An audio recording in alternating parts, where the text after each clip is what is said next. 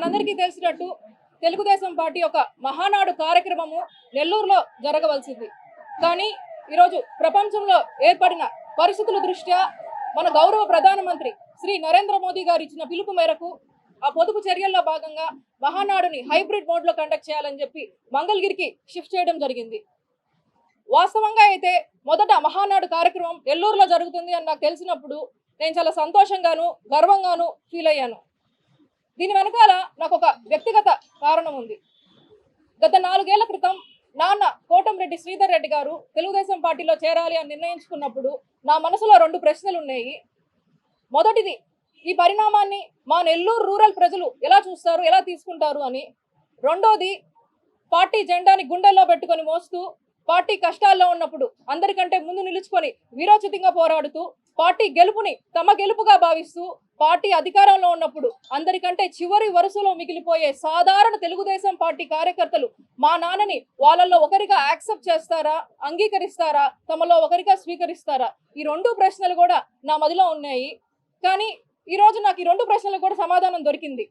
మొదటిది, మా నెల్లూరు రూరల్ ప్రజలు నాన్నకి మొన్నటి ఎన్నికల్లో 35,000 బలమైన మెజారిటీ ఇచ్చి వారి అంగీకారాన్ని స్పష్టంగా తెలియజేశారు. ఇంకా రెండోది, నా 2వ ప్రశ్నకు మాత్రం నాకు సమాధానం గత మహానాడులో దొరికింది. నాన్నని తీర్మానం ప్రవేశపెట్టమని ఆ రోజు వేదిక మీదకు ఆహ్వానించినప్పుడు ఆ రోజు వేదిక ముందు కూర్చున్న చాలా మంది తెలుగుదేశం పార్టీ కార్యకర్తలు, అభిమానులు ఒక్కసారిగా ఎంతో ఉత్సాహంతో గట్టిగా కరతాళ ధ్వనులతో నాన్నకు ఘన స్వాగతం పలికారు. నేను ఆ మొమెంట్ టీవీలో చూసి చాలా సంతోషంగా ఫీల్ అయ్యాను. మా నాన్న రాజకీయ జీవితంలో, రాజకీయ ప్రయాణంలో నా గుండె ఆనందంతో బరువెక్కిన అతి కొద్ది మొమెంట్స్లో అదొక మొమెంట్ నాకు. అందుకే అంతటి అంకిత భావంతో పనిచేసే తెలుగుదేశం పార్టీ కార్యకర్తలకి ఈసారి నెల్లూరులో ఆతిథ్యం ఇచ్చే అవకాశం వచ్చిందని నేను సంతోషించాను. కానీ అవకాశం మిస్ అయ్యాము. తప్పకుండా భవిష్యత్తులో ఇలాంటి అవకాశం మరొకటి రావాలని చెప్పి నేను కోరుకుంటున్నాను. ఇకపోతే 2వ విషయం, ఈరోజు తెలుగుదేశం పార్టీ కూటమి ప్రభుత్వం అధికారంలోకి వచ్చినప్పటి నుంచి ఇప్పటి వరకు కూడా రాష్ట్రంలో ఉండే పిల్లలు, యువత, మహిళల జీవన ప్రమాణాలు మెరుగుపరచాలనే ఒక లక్ష్యంతో విద్య, ఉపాధి, మహిళా సాధికారత రంగాల్లో ఎన్నో కీలక నిర్ణయాలు తీసుకున్నారు. అందులో భాగంగానే మొన్న ఈ మధ్య 37 మంది ఉత్తమ ప్రభుత్వ ఉపాధ్యాయుల్ని సింగపూర్ పంపించి అక్కడి బెస్ట్ ఎడ్యుకేషన్ ప్రాక్టీసెస్ అధ్యయనం చేసే అవకాశం కల్పించారు. ఏదైతే మన మేనిఫెస్టోలో ఉందో 5 సంవత్సరాల్లో 20 లక్షల ఉద్యోగాలు కల్పించాలనే ఒక లక్ష్యంతో ముఖ్యమంత్రి చంద్రబాబు నాయుడు గారు, నారా లోకేష్ గారు శ్రమిస్తున్నారు. అందులో భాగంగానే ఈరోజు వైజాగ్లో వచ్చే Google data centre, TCS Infosys expansion plans, Cognizant upcoming campus, అనకాపల్లిలో Arcelor Mittal Nippon steel plant, Sathya Sai జిల్లాలో రిలయన్స్ గ్రీన్ ఎనర్జీ ప్రాజెక్ట్, కడపలో అడానీ హైడ్రో ఎనర్జీ ప్రాజెక్ట్, మన శ్రీ సిటీలో కరియర్ ఏసీ మ్యానుఫ్యాక్చరింగ్ ప్లాంట్, సత్యవేడులో రాయల్ ఎన్ఫీల్డ్ మ్యానుఫ్యాక్చరింగ్ ప్లాంట్, మొన్న అనంతపూర్ పుట్టపర్తిలో డిఆర్డీఓ రిలేటెడ్ డిఫెన్స్ ప్రాజెక్టు, నిన్న మన నెల్లూరు ఇఫ్కో సెజ్లో కిసాన్ ఇఫ్కో సజ్లో IFF international fragrances and flavours సంస్థ, ఇవన్నీ కూడా ఈ భారీ పెట్టుబడులన్నిటికి కూడా రాష్ట్ర ముఖ చిత్రం మార్చేసి రాష్ట్రానికి కొత్త దిశ చూపించే అవకాశం ఉన్న పెట్టుబడి ప్రతిపాదనలు. అదేవిధంగా ఒక పక్కన రాష్ట్రానికి పెట్టుబడులు తీసుకొస్తూ మరొక పక్కన పార్టీని బలోపేతం చేయడానికి ప్రజాప్రతినిధులు, వారి కుటుంబ సభ్యులతో ఆత్మీయ సమావేశాలు, క్లస్టర్ ఇన్ఛార్జులతో కాఫీ మీటింగ్స్ కూడా ఇవన్నీ కూడా నిర్వహిస్తున్నారు. రాష్ట్ర అభివృద్ధి, పార్టీ ఆర్గనైజేషన్ రెండింటిపైన సమాన దృష్టితో ఈరోజు ముందుకెళ్తున్నారు. ఆంధ్రప్రదేశ్ ఎకానమీ బెటర్ అవ్వాలి, యువతకి ఉద్యోగం రావాలి, మన కార్యకర్త అనేవాడు గర్వంగా నిలబడాలి అనే ఒక సిన్సియర్ లక్ష్యంతో నారా లోకేష్ గారు ఈరోజు పనిచేస్తున్నారు. ఇక నెల్లూరు రూరల్ విషయానికి వస్తే, అధికారంలోకి వచ్చినప్పటి నుండి ఇప్పటి వరకు కూడా నెల్లూరు రూరల్లో ముగిసిన, కొనసాగుతున్న, టెండర్ దశలో ఉన్న అభివృద్ధి పనుల విలువ అక్షరాల 657,83,97,000 రూపాయలు. మళ్ళీ చెప్తున్నాను, 657,83,97,000 రూపాయలు, అంటే సుమారుగా 658 కోట్లు. ఆ దేవుడి దయతో చంద్రబాబు నాయుడు గారు, ఉప ముఖ్యమంత్రి పవన్ కళ్యాణ్ గారి ఆశీస్సులతో, నారా లోకేష్ అన్న సహాయ సహకారాలతో ఈ మార్పు త్వరలోనే 1000 కోట్లు చేరాలని చెప్పి నేను కోరుకుంటున్నాను. ఇవన్నీ కూడా నేను ఎందుకు చెప్తున్నానంటే, ఈరోజు నేను మా నాన్న కోటంరెడ్డి శ్రీధర్ రెడ్డి గారిని ఎమ్మెల్యేగా ఒక 12 సంవత్సరాల నుంచి చూస్తున్నాను. ఒక ఎమ్మెల్యే చిటికేసేస్తానో, లెటర్ రాస్తానో, ఫోన్ చేస్తానో అభివృద్ధి పనులు అనేవి జరగవు. దాని వెనకాల చాలా ప్లానింగ్, కంటిన్యూస్గా ఎఫర్ట్, కన్సిస్టెంట్గా ఫాలో అప్ అనేవి చాలా ఉంటాయి. మనం అభివృద్ధి పనిని తెచ్చుకోవాలి, ఫండ్స్ రిలీజ్ చేయించుకోవాలి, టెండర్ రైట్ టైంకి పిలవాలి, గ్రౌండ్లో పని జరగాలి. ఇదంతా కూడా ఒక నియోజకవర్గ పరిస్థితి.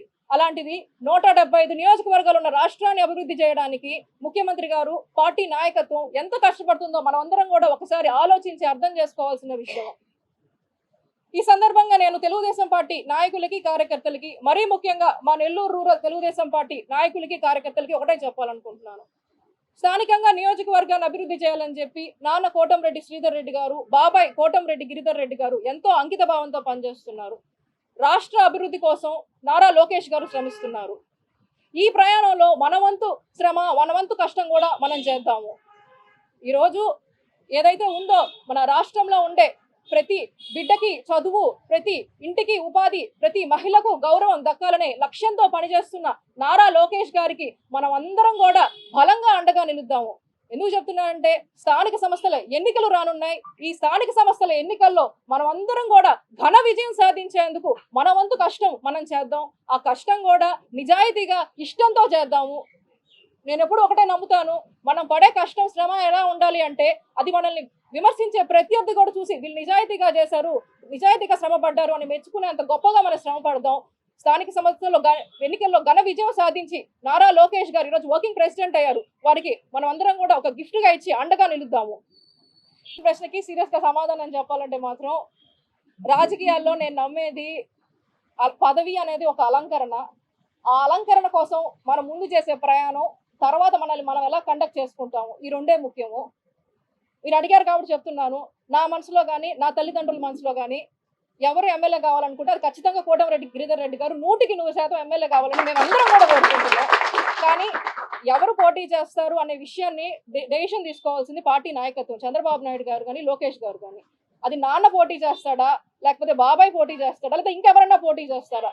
ఎవరు పోటీ చేసినా నెల్లూరు రూరల్ తెలుగుదేశం పార్టీకి ఒక బలమైన కంచుకోటగా గెలవాలి. నేను ఎప్పుడో జరిగే వచ్చే అలంకరణ ఏమొస్తుందో దాని గురించి ఇప్పుడు ఆలోచించి నా సమయము, నా ఎనర్జీ రెండు వృధా చేసుకోవాలనుకోవట్లేదు.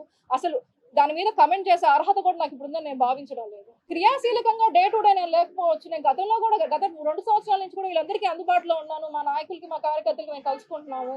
అంటే ప్రతిరోజు నేను క్రియాశీలకంగా లేనప్పుడు మీడియా ముందు వచ్చి మాట్లాడాల్సిన అవసరం లేదు కదా, వర్క్ చేసుకుంటే సరిపోద్ది కదా. మా నాయకులు, మా కార్యకర్తలతో అందరితో నాకు సంబంధాలు ఉన్నాయి. నాకు అందరూ కూడా వాళ్ళకి చాలా మంది వ్యక్తిగతంగా కూడా తెలుసు. ఓకే, ఈరోజు మహేష్ అన్న నన్ను ఇరకాటంలో పెట్టామని పట్టుమని 10 మంది కార్యకర్తల పేర్లు చెప్పమన్నారు. అందరూ కూడా నెల్లూరు రూరల్ నియోజకవర్గంలో ఉండే 26 డివిజన్లు, 18 గ్రామాలు, కనీసం 3 పేర్లు ఒక్కొక్కటి చెప్తాను, మీరు అందరూ వినండి. 1వ డివిజను కోడూరు కమలాకర్ రెడ్డి గారు, జయరాం రెడ్డి గారు, కుడుమల చిరంజీవి గౌడ్ గారు, షేక్ జావేద్, జానకి రామయ్య గారు, జానాగిరి గారు. 2వ డివిజను మేకల అనిల్ గారు, మేకల హరి గారు, మేకల రామూర్తి గారు, పోలు సుబ్బన్న, రాము అన్న, మనుబోల్ శ్రీధర్ రెడ్డి గారు. 12వ డివిజను సికిందర్ రెడ్డి గారు, 12వ డివిజను సికిందర్ రెడ్డి గారు, తనూజ గారు, అబ్రహం గారు, ఏసయ్య గారు, ప్రభాకర్ రెడ్డి గారు, కుంచాల విజయ్ భాస్కర్ గారు, సుధాకర్ గారు. 17వ డివిజన్ ఊటుకూరు దత్తాత్రేయ, అజయ్ గారు, కటదగ్గర విజయ్ గారు, గుంజి శ్రీనివాస్ గారు, చంచురామయ్య గారు. 18వ డివిజన్ మురళీనాయుడు అన్న, కటకం చైతన్య అన్న, పెనక శ్రీనివాస్ రెడ్డి గారు. 19 మదన్ గారు, జ్యోతిప్రియ గారు, డిష్ రమేష్ గారు, కోరం బ్రదర్స్, కోరం ప్రవీణ్ కుమార్ గారు. 20, 21, 22 ఈ 3 కలిపి చెప్తాను, ఎందుకంటే పక్క పక్కన ఉంటాయి కాబట్టి. అక్కడోళ్ళు ఇక్కడ, ఇక్కడోళ్ళు అక్కడ, అన్ని చోట్ల ఉంటారు కాబట్టి. చేజర్ల మహేష్ గారు, కవిత గారు, కోటిరెడ్డి అన్న, యానాద్ రెడ్డి అన్న, కంటే సాయిబాబా గారు, యోగానంద్ గారు, చాంద్ బాషా గారు, రోహిణి, సీతా మహాలక్ష్మి గారు. ఓకే, చాలా మంది వచ్చారు. 23 నన్నం శ్రీను గారు, మేకల మధు గారు, సుధాకర్ రెడ్డి గారు, పుల్లారెడ్డి గారు, దుద్దగుంట శ్రీనివాస్ రెడ్డి గారు. 25 కదా, నెక్స్ట్ 24 అరవ సీను గారు, శాంతి గారు, సుధాకర్ గారు, పులి హరికృష్ణ యాదవ్ గారు, అశోక్ రెడ్డి గారు. 25 భుజ్భుజ్ నెల్లూరు బద్దెపూడి గిరి గారు, జని రమణయ్య గారు, మాతంగి కృష్ణ గారు. ఇంకొక 5 నిమిషాలు భరించండి, అడిగారు కాబట్టి. ఇప్పుడు నేను మధ్యలో ఆపేస్తా, వాళ్ళందరూ ఫీల్ అవుతారు. 25 మా జని రమణయ్య గారు, బద్దెపూడి గిరి గారు, మాతంగి కృష్ణ గారు, రఫీ గారు, మహేంద్ర గారు, శేషు యాదవ్ గారు. 26 మన పురుషోత్తమ అన్న, సుప్రజ గారు, శివాచారి గారు. 27 భీమినేని మురారి గారు, అలహరి విజయ గారు, ఉప్పు భాస్కర్ గారు. 28 దొడ్డపనేని రాజారాయుడు గారు, చక్కసాయి సునీల్ అహల్య గారు, గజారా నరేష్ గారు. 29 కనపర్తి గంగాధర్ గారు, అస్లాం బాయ్ మమతారెడ్డి గారు. 30, 31 కలిపి చెప్తా, కొత్తూరు కాబట్టి. కూకటి హరి గారు, మతల కృష్ణ అన్న, మస్తాన్ నాయుడు గారు, మన్నేపల్లి రఘు అన్న, అతివరపు యానాద్ అన్న. నాకు కనిపించిన ఈరోజు రాలా, ఇంకా అన్న చూస్తుంటే నేను నాకు కనిపించాలా, వచ్చారా? అతివరపు యానాద్ అన్న, విఘ్నేష్ గారు. 32 కాదర్ గారు, తోట సునీల్ గారు, అవినాష్ గారు. 33 హజరత్ నాయుడు గారు, మంజులక్క, నాకెంతో ఇష్టమైన మంజులక్క, మన్నం పెంచల్ నాయుడు గారు. 34 చిన్న మస్తాన్ గారు, సాబిర్ ఖాన్ గారు, గుటూరు శ్రీధర్ నాయుడు గారు. 35 ఓకే అంకోష్ గారు, గిరీష్, లక్ష్మీరెడ్డి గారు, బర్నాబాసు గారు, యాకసిరి శరత్ గారు. 36 శశి, రసూల్, పిండి సురేష్ గారు. 37 38 కలిపి చెప్తాను. భానుశ్రీ గారు, శ్రీనాథ్ గారు, విష్ణుప్రియ గారు, షేక్ రియాజ్ గారు. ఇంకా 41 లాస్ట్, అదొకటే ఉంది. కవ్వాకొలు విజయలక్ష్మి గారు, నాగేశ్వరరావు గారు, ఉచ్చురు సురేష్ గారు, తంజావూరు వేణు గారు, కొండేటి సతీష్. 18 గ్రామాలు. మరి డివిజన్లు అన్నీ చెప్పి గ్రామాల్లో చెప్పకపోతే మా గ్రామాల ఫీల్ అవుతారు.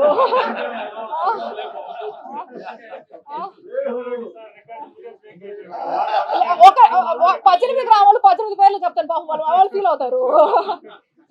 అయిపోద్ది. కొలకందుకూరు శివారెడ్డి గారు, హరిప్రసాద్ రెడ్డి గారు, తోడేటి మురళి గారు, దయాకర్ గారు, సజ్జాపురం కిష్టయ్య గారు, గోపాలయ్య గారు, వెంకటరమణయ్య గారు. కందమూరు చిన్న పెంచల్ నాయుడు గారు, పెద్ద పెంచల్ నాయుడు గారు, సింహాద్రి గారు.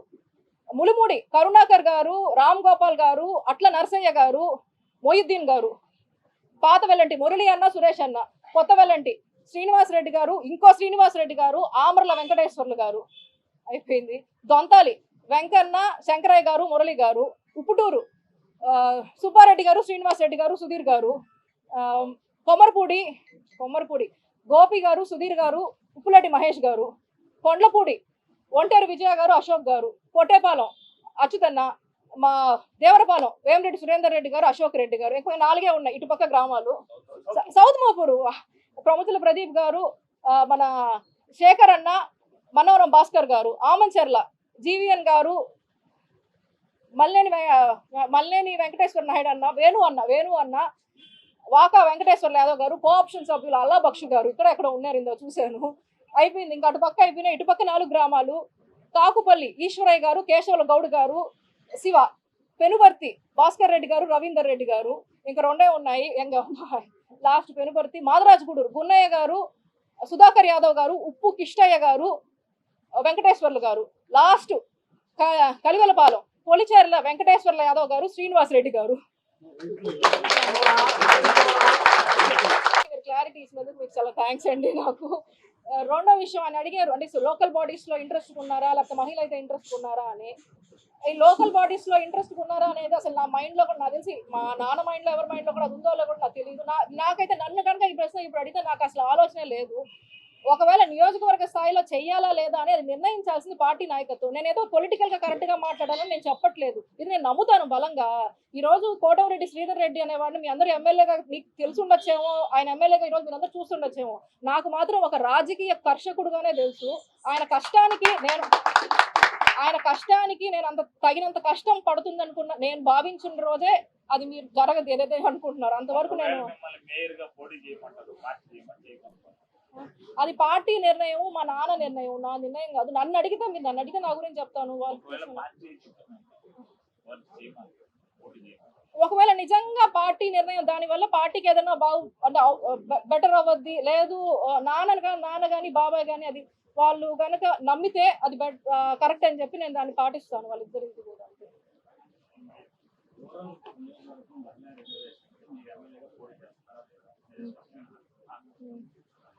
నేను ఇది చెప్పాను కదండి ఆల్రెడీ, మళ్ళీ చెప్తా. ఎవరు పోటీ చేస్తారు అనేది పార్టీ నాయకత్వం. అది నాన్న పోటీ చేస్తాడా, బాబాయ్ ఒకవేళ జనరల్ అయినా లేడీగా మేము 50% రిజర్వేషన్ ఇస్తాం పార్టీ తరఫున, గవర్నమెంట్ రిజర్వేషన్ బాగా చేయలేదు కాబట్టి నేను కష్టం చేయడానికి సిద్ధంగా ఉన్నా. అవకాశం ఇవ్వాల్సింది మాత్రం నేను కాదు.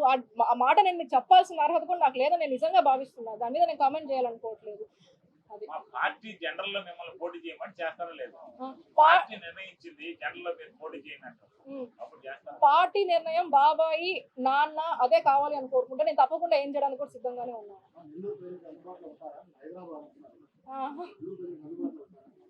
ఇప్పుడు నేను అందుబాటులో లేకపోతే ఈ పేర్లని ఎక్కడ చెప్తానన్నా? అందుబాటులో ఉంటేనే కదా.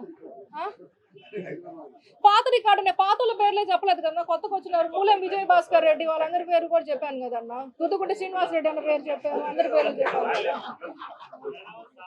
అంటే ఇకపై ప్రత్యక్ష రాజకీయాల్లో కంటిన్యూగా కొనసాగుతారా అనేది అది అవసరాన్ని బట్టి వాళ్ళు నిర్ణయిస్తారు. మేము డీటెయిల్స్ అనేది చెప్తాము ఆయన కూడా. ఏందో మా మహిళా నాయకుల పేర్లు ఎవరు చెప్పలేము అనుకోబాకండి అమ్మ, వాళ్ళు కూడా ఉన్నారు. నియోజకవర్గ స్థాయిలో పనిచేసే వాళ్ళు కూడా చాలా మంది ఉన్నారు. నా డిస్క్లైమర్ అన్న, మీరు మహేష్ అన్న ఇది మీరు వినాలా, ఇది కంపల్సరీ ఇంపార్టెంట్. ఆయన క్వశ్చన్ అడిగారు, నేను ఏదో కొన్ని పేర్లు చెప్పేసా. అమ్మ దయచేసి చూస్తున్న వాళ్ళు ఎవరు కూడా, నేను పేర్లు ఏమైనా మిస్ అయ్యి ఉంటే ఈ క్షణంలో నా మైండ్కి అది వచ్చిన పేర్లే కానీ వీళ్ళే పని చేశారు మిగతా వాళ్ళు పని చేశారు చేయలేదు అని కాదు. ఈ నిమిషాల్లో ఎవరు గుర్తొచ్చారో వాళ్ళు చెప్పాను. ఇంకా కూడా నాకు చాలా మంది తెలుసు, మీ అందరినీ చూస్తే కూడా నేను గుర్తుపట్టగలుగుతాను. నాకు ఆ నమ్మకం నాకు ఉంది. దీన్ని ఎవరు కూడా వీళ్ళే నాన్న మనసులో ఉన్నారు వీళ్ళే పని చేశారు అనే విధంగా చూడొద్దు, ఎవరు కూడా పర్సనల్ గా తీసుకోవద్దు. ఇది కేవలం ఈ మొమెంట్ లో